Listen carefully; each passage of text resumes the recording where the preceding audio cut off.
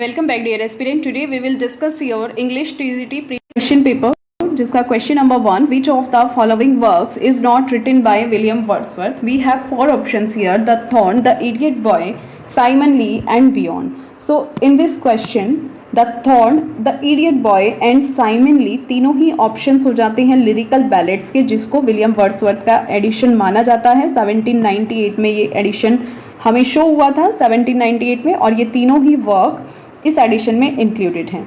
Beyond John Galsworthy का work है जिसमें एलन कैरेक्टर का जिक्र है, यानी कि उन्होंने एलन के कैरेक्टर को इसमें शो किया है, और ये गाल्सवर्दी का वर्क है। तो राइट ऑप्शन हो जाता है number 4 beyond.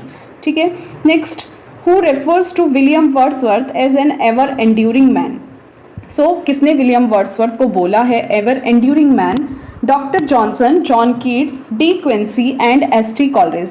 In this question ever enduring man William Wordsworth को, डॉक्टर जॉनसन का टाइम पीरियड तो 1709 से 1784 है, उनकी डेथ तो तब तक वर्ड्सवर्थ फेमस भी नहीं हुए थे, तब हो गई थी, तो डॉक्टर जॉनसन रॉन्ग हो जाता है। जॉन कीट्स ने वर्ड्सवर्थ को एडमायर किया है लेकिन इस फ्रेज का यूज़ नहीं किया है।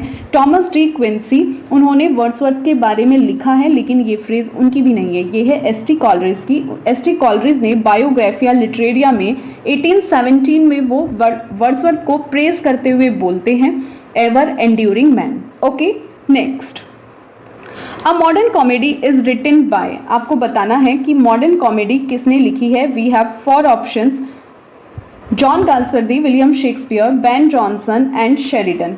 ये जो मॉडर्न कॉमेडी है ये आप अच्छे से जानते हैं कि फोरसाइट सागा का फेमस प्ले है, क्रॉनिकल ऑर्डर में जो उन्होंने लिखा था। ये जॉन गाल्सवर्दी का वर्क है। विलियम शेक्सपियर, बेन जॉनसन और शेरिडन रॉन्ग है। मॉडर्न कॉमेडी में प्लेस की सीरीज को गाल्सवर्दी ने रखा है, ठीक है, जिसमें हमें इस सीरीज में the skin game, a family man, the old lady, end of the chapter जैसे वर्क हमें देखने को मिलते हैं। ठीक है, ये मॉडर्न कॉमेडी उनका फेमस जो फोरसाइट सागा क्रॉनिकल्स था उसमें आता है। Next question is John Galsworthy's ideas on drama are found in. John Galsworthy के जो आइडियाज हैं ड्रामा में, ठीक है, the inn of tranquillity, the patrician, maid in waiting, Indian summer of a foresight. ठीक है, जॉन गाल्सवर्दी के ideas drama पर किस वर्क में हमें देखने को मिलते हैं? ठीक है, ये हो जाता है द इन ऑफ ट्रैंक्विलिटी, जिसे उनकी ऑटोबायोग्राफी पोएम भी कंसीडर किया जाता है।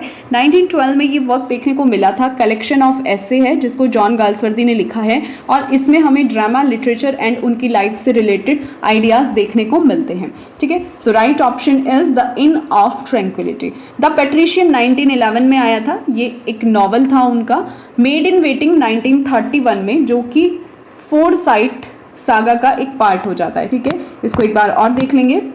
द पैट्रिशियन 1911 में, और ये एक नॉवल कंसीडर किया जाता है। मेड इन वेटिंग 1931 में एक नॉवल है, पार्ट है फोरसाइट सागा क्रॉनिकल्स का।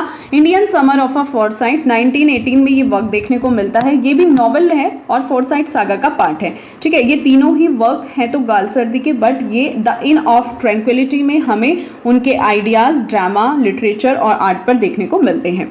Next question, question is which is the incorrect sentence? We have 4 options. You have 20 rupees, I have 2 10 rupee notes. Mankind, India cannot accept the two nations theory and mankind is demented. So in this question आप देखिए कि you have 20 rupees note, तो ये एक factual statement है, ठीक है, और ये correct है, factual statement कि you have 20 rupees.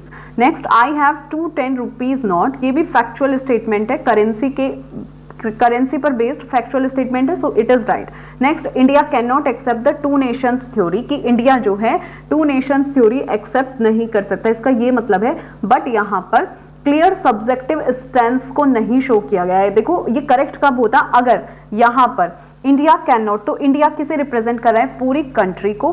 ठीक है, accept the two nation theory, तो ऐसे नहीं, ये करेक्ट होगा। यहाँ पर सब्जेक्टिव इंस्टेंस जो है उसका होना बहुत जरूरी है, यानी कि अगर ये करेक्ट कब होगा, अगर इसमें लिखा जाए in my opinion India can not accept the two nation theory. ठीक है, अगर वैसे जनरली इसको देखा जाए तो ठीक है, it's okay, but subject clear subjective instance होना चाहिए, क्योंकि यहाँ पर इंडिया किसे रिप्रेजेंट कर रहा है? पूरी कंट्री को। मे बी ऐसा हो सकता है कि जो वहाँ की पॉपुलेशन है या जो सिटीजन है वहाँ पर टू नेशन थ्योरी उन्हें एक्सेप्टेड हो, तो इंडिया यहाँ पर एज ए रिप्रेजेंट कर रहा है एक कंट्री को, तो यहाँ पर इस तरह से इस सेंटेंस को नहीं यूज किया जाएगा। In my opinion India can not accept the two nation theory, it is the right. ठीक है, तो ये ही रोंग हो जाता है, ये यहाँ पर इस तरह से रोंग हो जाता है, क्योंकि क्या है कि ये जो सेंटेंस है historically and contextually specific sentence है, जो कि पॉलिटिकल आइडियोलॉजी को वहाँ शो कर रहा है। Political ideology means to nations theory, है ना, जो कि पार्टीशंस ऑफ इंडिया से रिलेटेड है। 1947 में जो पार्टीशन हुआ था उसकी बात हो रही है, और ये सब्जेक्टिव ओपिनियन या किसी का पॉलिटिकल स्टैंड शो कर रहा है रादर देन अ न्यूट्रल और फैक्चुअल स्टेटमेंट। और ये पूरी एक कंट्री के बारे में है, ठीक है, जिसमें जो ये पूरी कंट्री को रिप्रेजेंट कर रहा है, तो ये ही यहाँ पर रोंग होगा। अगर हम इस सेंटेंस को ऐसे बोलते हैं, in my opinion India can not accept the two nation theory, तब ये राइट होगा, अदरवाइज यही इनकरेक्ट है। नेक्स्ट इसमें है मैनकाइंड इज डिमेंटेड, ये तो फिलोसफिकल ओपिनियन है, यानी कि ओपिनियन बेस्ड स्टेटमेंट है, जो कि करेक्ट है, ठीक है। Next question, the famous epic paradise lost by Milton contains, ये इजी क्वेश्चन हो जाता है कि जो पैराडाइज लॉस्ट है उसमें मिल्टन ने कितनी बुक्स कंटेन की हैं, 16, 12, 10 और 14, ये तो इजी हो जाता है। Option 2 is the right answer, 12 books उसमें कंटेन की गई हैं। इन विच ईयर, ये भी बता दीजिए। तो ये क्या है कि 1674 में जब रिवाइज्ड एडिशन आया था तब 12 बुक्स में ये पब्लिश हुआ था। 1674 में जो रिवाइज्ड एडिशन था वो 12 बुक्स में था, और 1667 में जो फर्स्ट एडिशन आया था वो 10 बुक्स में था, ये आप ध्यान रखना, ठीक है। और जॉन मिल्टन की एपिक पोएम पैराडाइज लॉस्ट से रिलेटेड है, जो कि 1667 में पब्लिश हुई थी, ठीक है, इसको आप ध्यान रखेंगे, इंपॉर्टेंट क्वेश्चन है। Next is Which of the following plays of Shakespeare is not a comedy? यहाँ पर शेक्सपियर का कौन सा प्ले कॉमेडी कंसिडर नहीं किया जाता, ठीक है, ये तो इजी क्वेश्चन हो जाता है। As you like it, twelfth night, a midsummer nights dream और Antony and Cleopatra. As you know very well, Antony and Cleopatra ये ही उनका यहाँ पर कॉमेडी कंसिडर नहीं किया जाएगा, ये उनका ट्रेजिक प्ले है जो कि हिस्टोरिकल ड्रामा बेस्ड है प्लूथरार्क लीव्स पर, ठीक है। तो एंटनी एंड क्लियोपेट्रा की डेथ्स जो इसमें हो जाती है, ट्रेजिक कंक्लूजन, उसी के कारण इसको यहाँ पर ट्रेजेडी कंसीडर किया जाता है।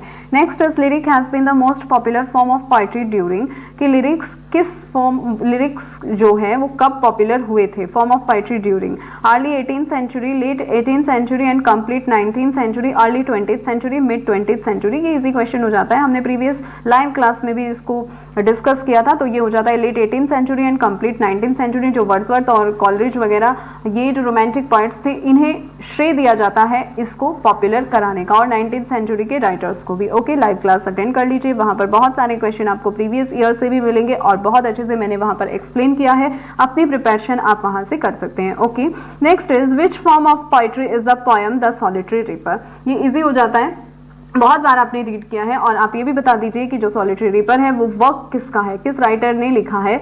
सो आपको फॉर्म बतानी है, और लिरिक, बैलेड या एलेजी, ठीक है। ये जितनी भी फॉर्म्स हैं इनको आप अच्छे से रीड कर लेना, इनके बारे में रीड कर लेना, जो इनके फीचर्स हैं उनको भी रीड करना इंपॉर्टेंट है, क्योंकि इस तरह से वहां पर थ्योरी बेस्ड क्वेश्चन पुटअप किए जाते हैं, तो उनको रीड करना जरूरी है।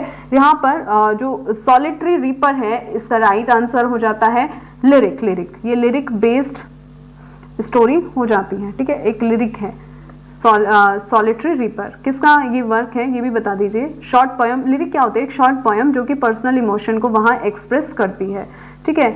ऑड लाइक स्ट्रक्चर इसमें मिलती है। और किसकी पोएम है ये सॉलिटरी रीपर, ये वर्ड्सवर्थ की पोएम है, जो कि एक स्कॉटिश फोक सॉन्ग से इंस्पायर है, इसको आप ध्यान रखेंगे। नेक्स्ट क्वेश्चन पर चलते हैं। Desdemona famous Shakespearean character belongs to which of the play. Desdemona किस प्ले से रिलेटेड है, इस पे ज्यादा टाइम नहीं लेंगे क्योंकि आप अच्छे से जानते हैं।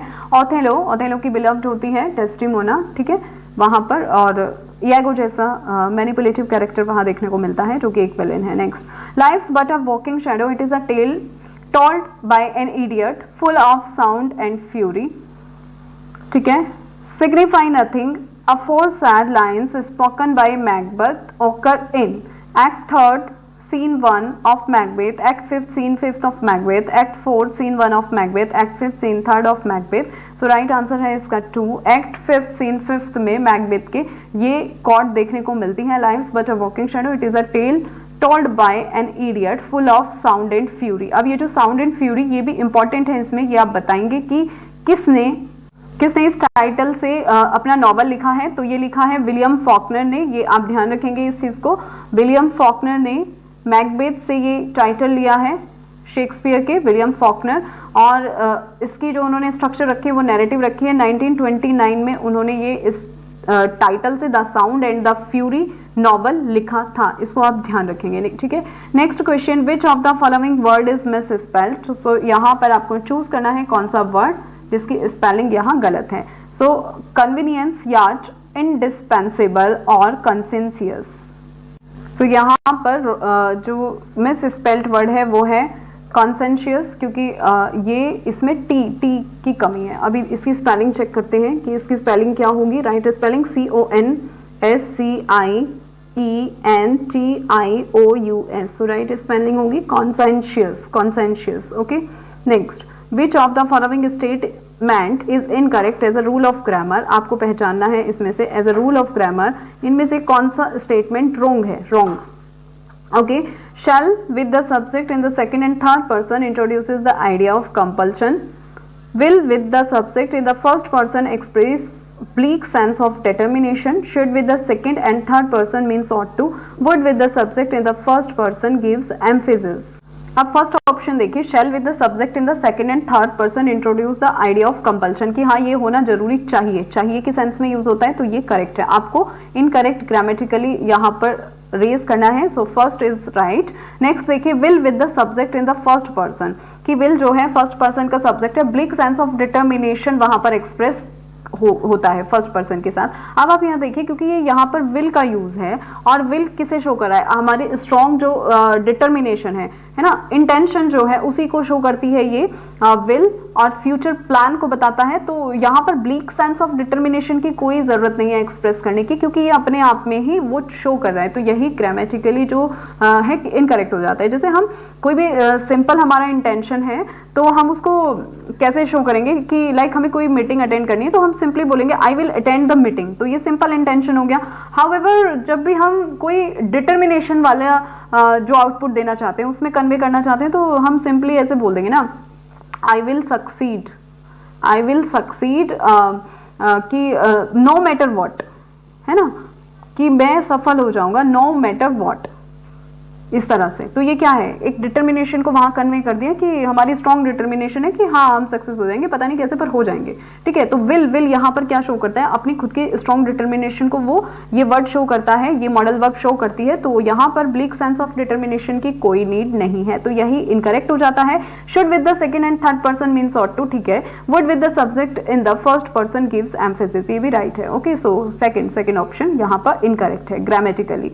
नेक्स्ट देखते हैं, which of the following is mismatched with reference to John Milton's work. ये इजी क्वेश्चन हो जाता है, आपको मिसमैच बताना है, ठीक है। पहले एक बार रीड कर लेते हैं, ऑफ एजुकेशन 1644, तो क्या ये जो ऑफ एजुकेशन है 1644 में देखने में को मिला था, ठीक है। मिसमैच बताना है, ये सी करेक्ट है। एरियोपेजिटिका 1647, ये तो आपने बहुत बार रीड किया हुआ है। एरियोपेजिटिका जो उन्होंने लाइसेंस पर लिखा था, है ना, freedom of speech, freedom of press, तो ये कब आया था 1644 में, तो ये तो रोंग हो जाता है। 1637 करेक्ट है। लिसिडस पैराडाइज लॉस्ट 1667 बिल्कुल करेक्ट है।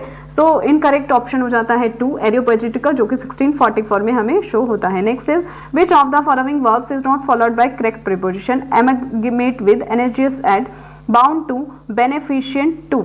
तो यहाँ पर देखिए एमलगमेट विद, ये तो करेक्ट प्रीपोजिशन है। नॉट पूछा है ना कि जो करेक्ट प्रीपोजिशन, ये कैसे करेक्ट प्रीपोजिशन है, क्योंकि एमलगमेट का मतलब होता है कि किन्हीं भी जो टू और मोर थिंग्स है उनको मर्ज करना, है ना, कंबाइन करना, तो ये तो करेक्ट प्रीपोजिशन का यूज है। फिर है नेक्स्ट एनर्जियस एट, एनर्जियस एट देखिए आप यहाँ पर है कि चिंतित होना, तो यही इनकरेक्ट है क्योंकि एनर्जियस एट के साथ विद प्रीपोजिशन यूज होगी, एट नहीं यूज होगा, यही यहाँ पर इनकरेक्ट प्रीपोजिशन का यूज हुआ है। बाउंड टू तो राइट है, बाउंड टू का मीन्स होता है सर्टेन, यानी कि एक इडियोमेटिक एक्सप्रेशन है जिसका मीन्स होता है कि बंधे हुए हैं हम, बाउंड टू है कि हमें ये प्रोजेक्ट फिनिश करना है, like you can say I am bound to finish this project. और इसी तरह से बेनिफिशिएंट टू भी, ये भी करेक्ट हो जाता है। बेनिफिशिएंट मीन्स होता है कि कुछ भी हेल्पफुल करना, चैरिटेबल करना, सो ये करेक्ट प्रीपोजिशन है। इनकरेक्ट हो जाता है एनर्जियस एट, एनर्जियस एट नहीं होगा, ये होगा क्या, with.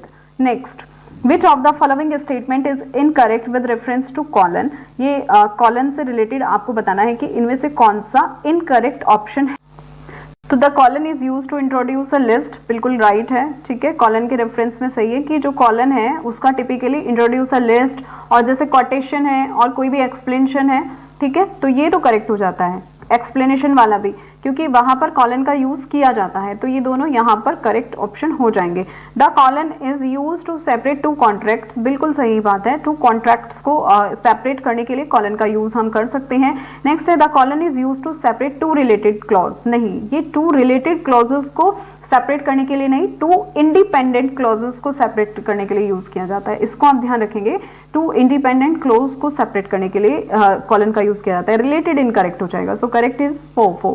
Next is beggars description means beyond description, by chance, less described या poorly described, so you choose your answer कि बेगर्स डिस्क्रिप्शन का मतलब ये एक इडियोमेटिक एक्सप्रेशन है, तो बेगर्स डिस्क्रिप्शन यानी कि beyond description, right answer is beyond description. Okay, idiomatic expression है, राइट होगा 1।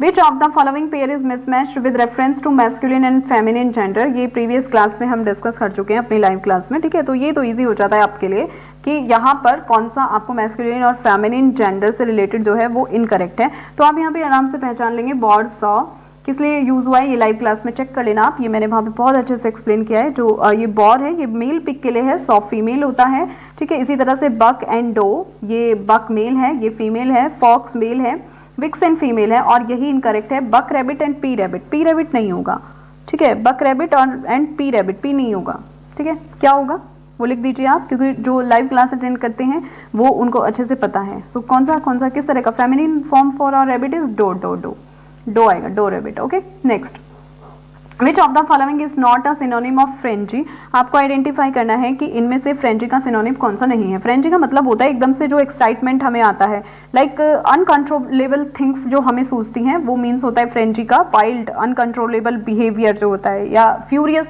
गुस्से से, तो आपको इनमें से चूज करना है कि कौन सा इसका सिनोनिम नहीं है। रेज तो सिनोनिम हो जाता है, तो ये तो राइट है। नेक्स्ट, गर्ल, एक्साइटमेंट एंड एंथ्यूजियाज्म, ठीक है। अब यहाँ पर देखिए आप GULLE, ये स्पेलिंग रॉन्ग है यहाँ पर, ये GULLE नहीं है, ये है GUILE, ठीक है, ये स्पेलिंग इस तरह से थी GUILE। फ्रेंजी का मतलब क्या होता है, जैसे स्टेट ऑफ चाइल्ड बिहेवियर, जैसे चाइल्डिश बिहेव किया जाता है। गाइल, एक्साइटमेंट, एंथ्यूजियाज्म, यही रॉन्ग हो जाता है, ठीक है। ये शो करता है एक तरह से कामनेस, सेकंड गाइल शो करता है एक तरह से कामनेस या मैच्योरिटी। एक्साइटमेंट तो आप जानते हो एकदम से जो इमोशन उभर के आते हैं, ईगरनेस है ना, एंथ्यूजियाज्म, ईगरनेस, तो ये इस तरह से ये राइट हो जाएगा second. Next question is, in the first folio edition of Shakespeare drama play was omitted.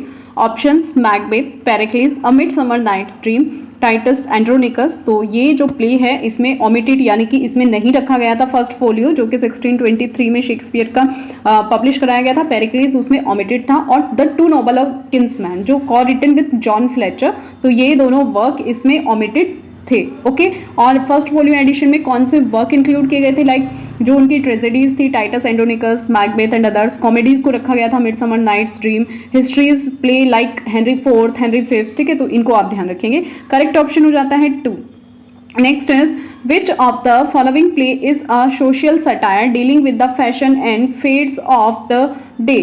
Midsummer nights dream, Antony and Cleopatra, love, labour lost and as you like it, ठीक है। सो कौन सा प्ले यहाँ पर social satire है जो कि fashion and fads of the day से यहाँ रिलेट करता है?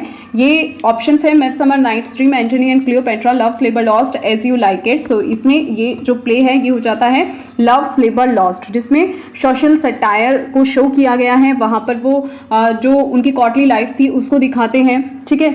और जैसे मिडसमर नाइट्स ड्रीम है, ये तो फैंटेसी कॉमेडी है, हम इसको डिस्कस कर चुके हैं। Antony and Cleopatra historical tragedy हो जाती है, और एज यू लाइक इट एक पेस्टोरल कॉमेडी में हम इसको इंक्लूड करेंगे। So right answer is love, labour lost, loves, labour lost, जो कि 1588 से 1594 के अराउंड लिखा गया था, ठीक है, जिसमें जो शेक्सपियर हैं वो सटायर एंड सोशल कमेंट्री को शो करते हैं, और ये रेनेसा और क्लासिकल मॉडल से इन्फ्लुएंस था। Next is, in the state of his blindness with whom does Milton not compare himself? तो अपनी book in the state of his blindness किसमें जो मिल्टन है वो अपने आप को कंपेयर नहीं करते हैं, not compare. Does Milton not compare himself? Blind, Thamyris, blind, Maeonides, Tiresias and Phineus या लिसिडस। तो इसका राइट आंसर आप अच्छे से जानते हैं, ये लिसिडस हो जाता है, क्योंकि ये तीनों पैराडाइज लॉस्ट बुक 3rd में John Milton compares his blindness, ठीक है, तो वो इसमें अपनी जो ब्लाइंडनेस है उसको कंपेयर करते हैं। ये लिसिडस तो मिल्टन की एलेजी है जो 1637 में उन्होंने अपने फ्रेंड की याद में लिखी थी। ठीक है, नेक्स्ट चलते हैं। Who is often called as the poetical son of Spenser. ये इजी क्वेश्चन है। ठीक है, पोएटिकल सन ऑफ स्पेंसर किसे माना जाता है? ये जॉन मिल्टन को कंसिडर किया जाता है, poetical son of Spenser. Next question, in the opening invocation of the paradise lost Horeb refers to. तो ये हो जाता है एम्प्टी ऑरेब। ये हमने लाइव क्लास में डिस्कस किया है क्वेश्चन, वहां से आप चेक कर लीजिएगा। बाकी अदर तो स्प्रिट है, सिलोआ है, ऑनियन है, तो ये तो रॉन्ग हो जाते हैं। ओपनिंग इन्वोकेशन, पैराडाइज लॉस्ट, ऑरेब, इसमें एम्प्टी ऑरेब को वहां पर रेफर किया गया है। Next question, in William Wordsworth, The Solitary Reaper, the solitary Highland lass is a girl from Ireland, a girl from Scotland, a girl from Arabian sands, या none of the above। तो ये जो highland lace, lace का means यानी कि girl, तो ये solitary highland lace जो यहाँ पर कंसिडर किया गया है, यानी कि ये हो जाती है अ गर्ल फ्रॉम स्कॉटलैंड, जो कि ये एक बैलेड है, इसको यहाँ पर एक बैलेड कंसिडर किया गया है। Option 2 is right. Next is, from which poem of William Wordsworth is the line our birth is but a sleep and a forgetting taken। options हैं intimation of immortality, from recollection of early childhood, upon Westminster Bridge, Lucy, the world is too much। तो ये सभी जो work हैं ये Wordsworth से related है, ये करेक्ट हो जाता है। ये लाइन वर्ड्सवर्थ के immortality means as a dramatist John Galsworthy belong to the, वो किस से बिलोंग करते थे? रोमांटिक ट्रेडिशन, साइकोलॉजिकल ट्रेडिशन और school, realist tradition of Jones, tradition of Edward Bond. इसमें राइट ऑप्शन हो जाता है realist tradition of Jones and Pinero, ये गाल्सवर्दी इसी से रिलेटेड थे, तो right answer is 3। Next, in the Forsyte saga, the Forsytes belong to a country side family, a typical city family, the family of imaginary islanders, या none of these. So choose your answer. तो यहाँ पर Forsyte saga, जो Forsyte belong करती थी वो एक typical city family से बिलोंग करती थी। Question answer 2। Next is, which work has been called by Shakespeare as the first year of my invention? Hero and Leander, The Rape of Lucrece, Venus and Adonis, The Comedy of Errors। Right option है Venus and Adonis। ये इनकी narrative poem है, ये 2 इन्होंने narrative poems लिखी थी, the rape of Lucrece and Venus and Adonis, जिसमें जो वीनस एंड एडोनिस है ये उन्होंने डेडिकेट की थी अर्ल ऑफ साउथहैम्पटन को। The first year of my invention, उन्होंने इसी वर्क को बोला था, तो ऑप्शन 3 यहाँ पर राइट हो जाता है। William Shakespeare died on, easy question है कि विलियम शेक्सपियर कब उनकी डेथ हुई थी। सो ये अप्रैल 2016, 28 अप्रैल 1616, 23 अप्रैल 1616 और 25 अप्रैल। सो राइट आंसर है ये 23 अप्रैल 1616 को उनकी डेथ हो गई थी। Next question, what was the name of the house of Shakespeare in Stratford. Easy question भी पुटअप किए जाते हैं, ये बायोग्राफी से क्वेश्चन है, अच्छे से बायोग्राफी आप सभी वर्क्स की रीड कर लेंगे। So house of Shakespeare in Stratford, क्या नाम था उसका? राइट आंसर हो जाता है न्यू प्लेस, उसका नाम था। ठीक है, न्यू प्लेस शेक्सपियर के होम का।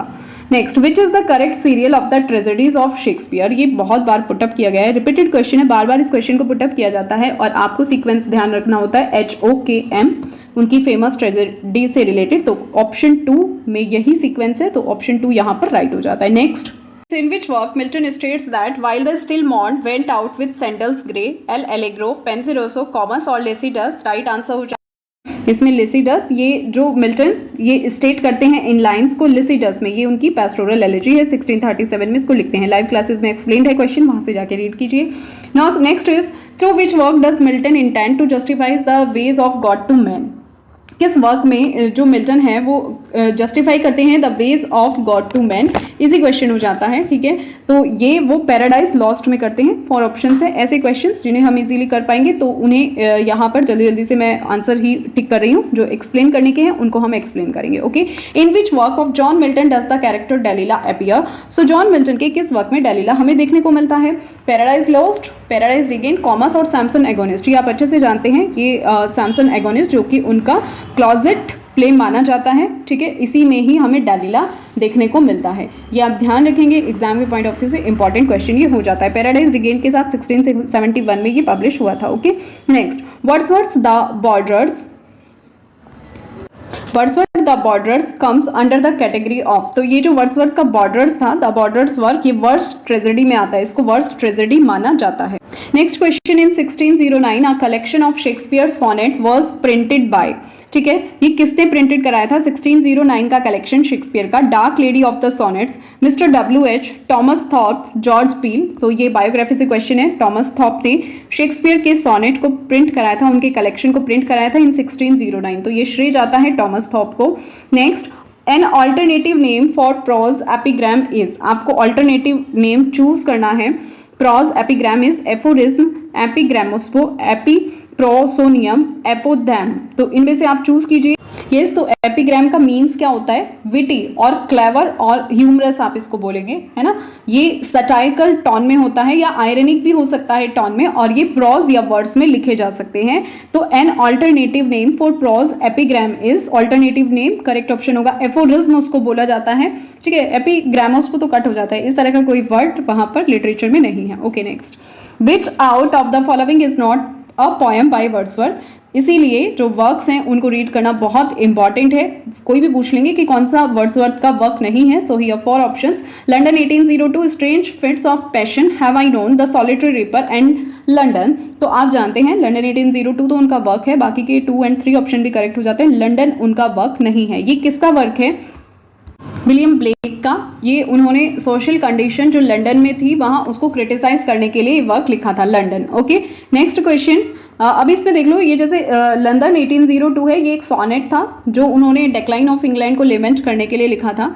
और किस पर्पज से लिखा था ये आप अच्छे से जानते हैं, London 1802 by Wordsworth. Strange fits of passion, have I non, a lyrical ballad, जो कि जिसमें लव और नेचर हमें देखने को मिलता है। सॉलिटरी रिपर आप अच्छे से जानते हैं कि एक लिरिकल बैलेड है जो कि स्कॉटिश फॉक सॉन्ग से रिलेटेड है। So right option is London. London यहाँ पर विलियम ब्लेक का वर्क हो जाता है।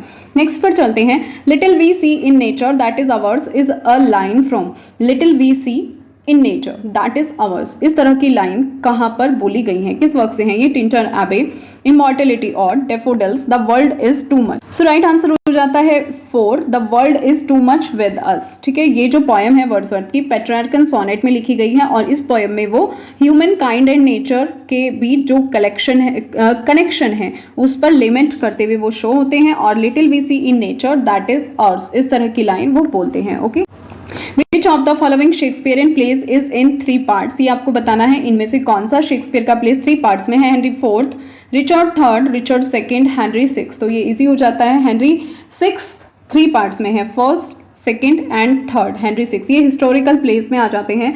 The line they also serve who only stand and wait occurs in which of the following work? True love by Shakespeare, on his blindness by Milton, daffodils by Milton, और on a Grecian urn by John Keats. तो ये जो line है ये on his blindness by John Milton से लिया गया है। On his blindness John Milton का फेमस वर्क है, और ये माना जाता है उनका ऑटोबायोग्राफिकल वर्क भी कंसीडर किया जाता है, क्योंकि उन्होंने इसकी first line when I consider how my light is spent इस तरह से लिखी है। सो ये ऑन हिज ब्लाइंडनेस टाइटल उन्हें किसने दिया था? कमेंट बॉक्स में आप टाइप कर सकते हैं। Next question is which of the following plays of Shakespeare does not belong to the last phase of his career? Here options are much ado about nothing, the tempest and the winter's tale. So जो उनके last phase of his career से related work नहीं था वो हो जाता है much ado about nothing. ये उनके अर्ली प्लेज में से आता है, मच एडो अबाउट नथिंग, जो 1598 से 1909 के ड्यूरिंग उन्होंने लिखा था। Next, which famous romantic poem contains the line beauty is truth, truth beauty, the world is too much with us, और to a nightingale, to a skylark, ode on a Grecian urn? कौन से famous romantic poem की ये line हो जाती है? Beauty is truth, truth beauty. So ये आप अच्छे से जानते हैं, ये ode on a Grecian urn की लाइन है, और ये जो वर्क है ये जॉन कीट्स का वर्क है। ठीक है, इसको आप ध्यान रखेंगे, जॉन कीट्स का ये वर्क हो जाता है, और जॉन कीट्स के वर्क की ये फाइनल लाइन कंसिडर की जाती है। Odd on a Grecian urn की फाइनल लाइन है। ठीक है, yes. Next, following sentences have been transferred as per directions given in their brackets. Choose the correct sentence from the choice given. As the weather was bad, we stayed indoors. Simple sentence में आपको इसको change करना है. So you know very well what is the identification of simple sentence. So the weather was bad and we stayed indoors. क्या ये simple sentence का example होगा? नहीं, क्योंकि इसमें क्या use है? So ये end से connected है. ठीक है, एंड से कनेक्टेड होने के कारण, एंड क्या है? जॉइंस बाय अ कंजक्शन। सो कंपाउंड सेंटेंस हो जाता है। कंपाउंड सेंटेंस की आइडिया क्या होती है? 2 और मोर इंडिपेंडेंट क्लोजेस होती हैं और वो एक कंजक्शन से कनेक्टेड रहता है। सो एंड, बट, और, for, so, yet, तो इस तरह की अगर सेंटेंस में कंजक्शन से कनेक्टेड है, ठीक है, इंडिपेंडेंट क्लॉजेस, तो वहां पर कंपाउंड सेंटेंस होगा और आपको बनाना है सिंपल सेंटेंस। ही कंपाउंड सेंटेंस का एग्जांपल हो जाता है। नेक्स्ट देखते हैं, since the weather was bad we stayed indoors, मतलब मींस यहाँ पर ये बोल रहे हैं कि since the weather was bad we stayed indoors, तो इसका कोई सेंस नहीं बनता है। Next, it being a bad weather we stayed indoors. अब देखो यहाँ पे it being used introduce a subordinating clause indicate the condition और सर्कमस्टेंसेस क्या है कि it being a bad weather होने की वजह से वी स्टेड इंडोर, तो ये सिंपल सेंटेंस को रिप्रेजेंट कर रहा है, ठीक है, ये करेक्ट है।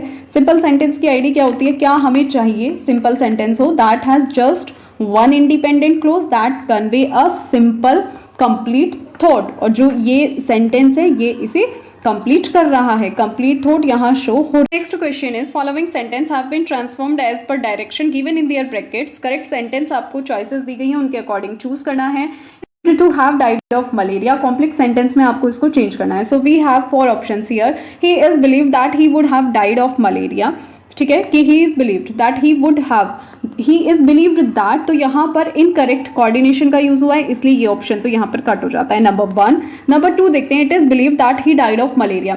Listen carefully, it is believed, ये जो सेंटेंस है ये एक कॉम्प्लेक्स सेंटेंस है और पैसिव वॉइस में भी दिया है, क्योंकि यहाँ पर इट देखो, इट क्या है, एक इंट्रोडक्टरी प्रोनाउन है, ठीक है। इज बिलीव्ड मेन क्लोज है, मेन क्लोज का यूज किया गया है। That he died of malaria सब ऑर्डिनेट क्लोज या नाउन क्लोज कंसिडर की जाती है, ठीक है, जो कि एक सेंटेंस के लिए बिल्कुल करेक्ट फॉर्मेशन है, ग्रामेटिकली करेक्ट है, ठीक है। अब यहाँ देखो, he is believe to have died of malaria, यहाँ पर ये क्या है, ये एक पैसिव कंस्ट्रक्शन दिया है एक इन्फिनेटिव फ्रेज के साथ, इन्फिनेटिव फ्रेज का यूज किया है ना, टू हैव, पैसिव कंस्ट्रक्शन इसको बना दिया गया है, तो यही करेक्ट होगा। इट एक इंट्रोडक्टरी प्रोनाउन के साथ बनाएंगे, it is believed that he died of malaria, so option 2 is correct. Third, option third देखते हैं, ऑप्शन थर्ड तो यहाँ पर इनकरेक्ट हो जाता है कि it is believe that malaria is the cause of it that and people believe that he died of malaria, ये तो जो सेंटेंस है उसकी टर्न चेंज कर रहा है, तो राइट होगा 2।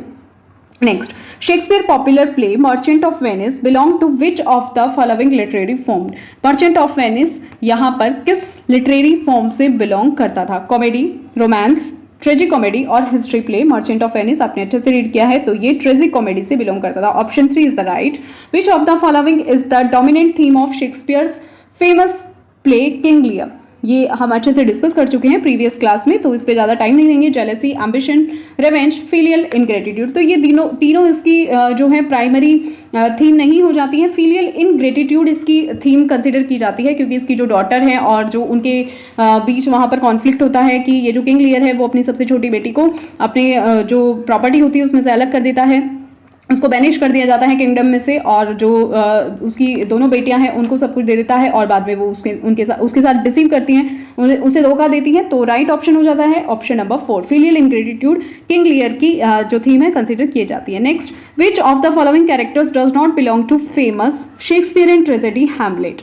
कौन सा इनमें से शेक्सपियरियन ट्रेजेडी हैमलेट से रिलेटेड नहीं है, ऑफेलिया, क्लॉडियस, पोलोनियस और Cassio. So right answer you know very well, yes Cassio, Cassio is the right answer. So ये ऑफेलिया, क्लॉडियस और ये जो पोलोनियस हैं ये हैमलेट में इंक्लूडेड हैं, जबकि कैशियो जो एक कैरेक्टर है वो शेक्सपियर ट्रेजेडी ओथेलो से है, ठीक है, हैमलेट से नहीं है। कैशियो हमें ओथेलो से देखने को मिलता है। Can the doctor cure him dash asthma, choose correct, यहाँ पर आपको करेक्ट प्रेपोजिशन चूज करनी है, अप्रोप्रिएट प्रेपोजिशन चूज करनी है। Can the doctor cure him dash asthma, cure him of, cure him from, cure him in and cure him with in. ये आप अच्छे से जानते हैं, या तो ऑफ हो सकती है या फ्रॉम। अभी क्यों हो सकती है उसके बारे में डिस्कस करेंगे। इन और विद इन यहाँ पर कट हो जाता है, ठीक है। अब देखिए फ्रॉम का यूज कहाँ पर होता है कि इंप्लाइज सोर्स या ओरिजिन। जैसे मैं बोलूँ सफरिंग फ्रॉम अस्थमा तो ठीक होगा, सफरिंग फ्रॉम अस्थमा तो ठीक होगा। अगर सफरिंग ऑफ अस्थमा बोलेंगे तो वो रॉन्ग हो जाएगा। बट जहां पर क्योर की बात हो रही है तो क्योर में जो करेक्ट प्रीपोजिशन आएगी वो ऑफ आएगी। ऑफ का यूज किस लिए किया जाता है, cure someone of a disease, जब किसी की देखभाल करने के लिए के कॉन्टेक्स्ट में यूज हो तो ऑफ का यूज करते हैं। या फिर distinguish one self from others, यानी कि जब कोई सेपरेशन किया जाता है तो वहां पर भी ऑफ का यूज करेंगे। बट फ्रॉम का यूज जैसे किसी डिजीज से वो पीड़ित हो, लाइक सफरिंग फ्रॉम अस्थमा, तो वहां पर तो सफरिंग अगर होता तो फ्रॉम करेक्ट होता। Now the right option is of, cure him of asthma. Okay, next, choose the appropriate preposition from the option given below. You can not prevent me dash working. अब देखिए यहाँ पर prevent मी का use हुआ है, prevent का use हुआ है, टू, ऑफ, फ्रॉम, एट। अब आप जानते हैं कि जो प्रिवेंट है वो अपने साथ कौन सी प्रिपोजिशन लेता है, तो फ्रॉम लेता है। ये इजी है, ये बार बार यूज भी किया गया है, ठीक है, तो मीन्स बार बार एग्जाम में पुटअप भी किया जाता है ना। तो फ्रॉम का यूज कहाँ करते हैं, किस चीज को इंडिकेट करने के लिए करते हैं, prevent someone from doing something, like किसी को रोकना कुछ करने से, तो वहां पर फ्रॉम यूज होता है प्रिवेंट के साथ। जैसे you can not prevent me from working, ठीक है, तो ये करेक्ट इसका होगा, फ्रॉम का यूज करेंगे। टू नहीं होता है, टू तो कहां पर यूज होगा, जहां पे डायरेक्शन और पर्पस की बात हो। ऑफ का यूज आपको पता है, पोजेशन या फिर रिमूवल के लिए यूज किया जाता है। एट तो लोकेशन और डायरेक्शन, जो पर्टिकुलर लोकेशन और डायरेक्शन होती है उसके लिए यूज किया जाता है। तो prevent someone from doing something, ये इडियोमेटिक एक्सप्रेशन के एग्जाम्पल भी आप इसको बोल सकते हो, है ना, लाइक प्रिवेंट समवन फ्रॉम या स्टॉप समवन फ्रॉम या कीप समवन फ्रॉम, तो फ्रॉम अपने साथ प्रपोजिशन लेगा। नेक्स्ट हम डिस्कस करेंगे नेक्स्ट क्लास में। ओके, मिलते हैं नेक्स्ट क्लास में। Till then have a good day.